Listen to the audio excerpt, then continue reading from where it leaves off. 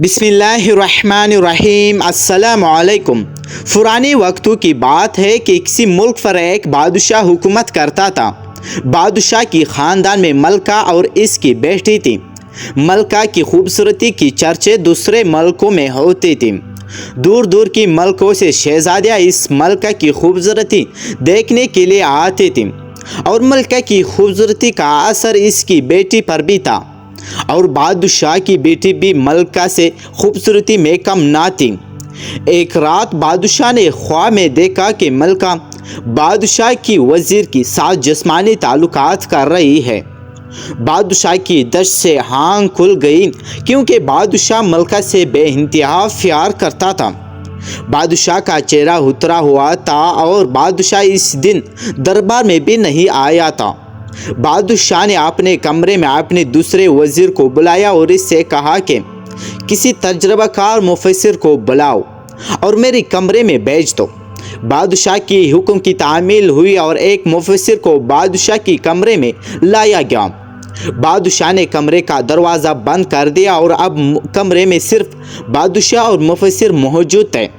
بادشاہ نے اس مفسر کو اپنا خواب سنایا، لیکن بادشاہ کی ڈر سے اس نے خواب کی تعبیر نہیں بتائی، اور اسی طرح بہت سے مفسر آئے اور ناکام لوٹے۔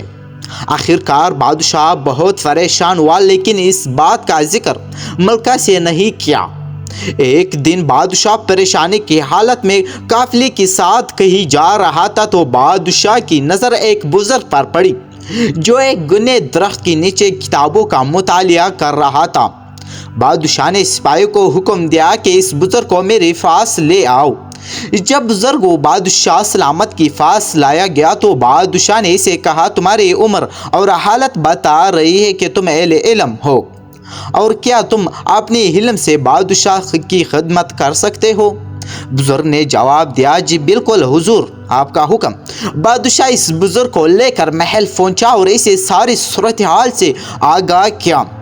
اس بزرگ نے کوئی دیر سوچنے کی بعد بادشاہ سے عرض کی کہ بادشاہ سلامت، آپ کا وہ وزیر ملکہ کے حسن پر عاشق ہو گیا ہے اور ملکہ کے ساتھ ہموطنی کرنا چاہتا ہے، لیکن اس کا ذکر اس نے ابھی تک کسی سے نہیں کیا، لیکن وہ یہ کام بہت جلد کرنا چاہتا ہے۔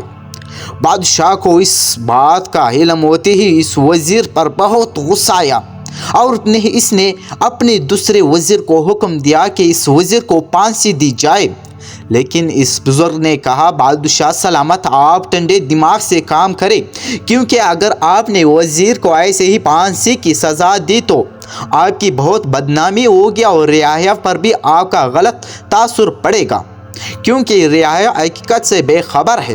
بادشاہ نے اس بزرگ سے کہا کہ آپ ہی اپنے تجربے سے کوئی ایسی ترکیب بتائیں جس سے میری عزت پر بھی کوئی آنچ نہ آ جائے اور نہ چہرہ سب کے سامنے آ جائے۔ بزرگ نے کہا کہ بادشاہ سلامت، مجھے اس کے لیے تھوڑا وقت چاہیے۔ چند دنوں کا وقت لے کر بزرگ دربار سے نکل گیا۔ ایک دن وہی بزرگ وہی درخت کے نیچے کتابیں اپنے گود میں رکھے سوچ رہا تھا کہ آخر اس وزیر کو کیسے غلط ثابت کروں کہ کوئی آنچ نہ آ جائے۔ بزرگ سوچ رہا تھا کہ اچانک ایک خوبصورت طوطی اسی درخت کی ٹہنی پر آ کر بیٹھا۔ بزرگ کی نظر اسی پر پڑی تو بزرگ بھی درخت پر چڑھا اور طوطے کو پکڑ لیا، اور طوطے کو بغل میں چھپائے محل میں پہنچا اور وزیر سے درخواست کی کہ مجھے اس محل میں موجود سب سے خوبصورت پنجروں میں سے ایک پنجرہ دیا جائے۔ وزیر بھی اس بزرگ کو جانتا تھا، اس لیے اس نے محل کا سب سے خوبصورت پنجرہ اس بزرگ کو حوالے کر دیا۔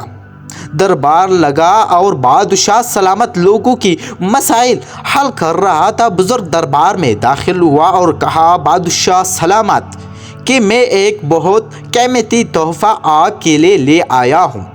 آپ میرا یہ تحفہ قبول فرمائیں، کیونکہ یہ تحفہ آپ کے لیے بہت مفید ثابت ہوگا۔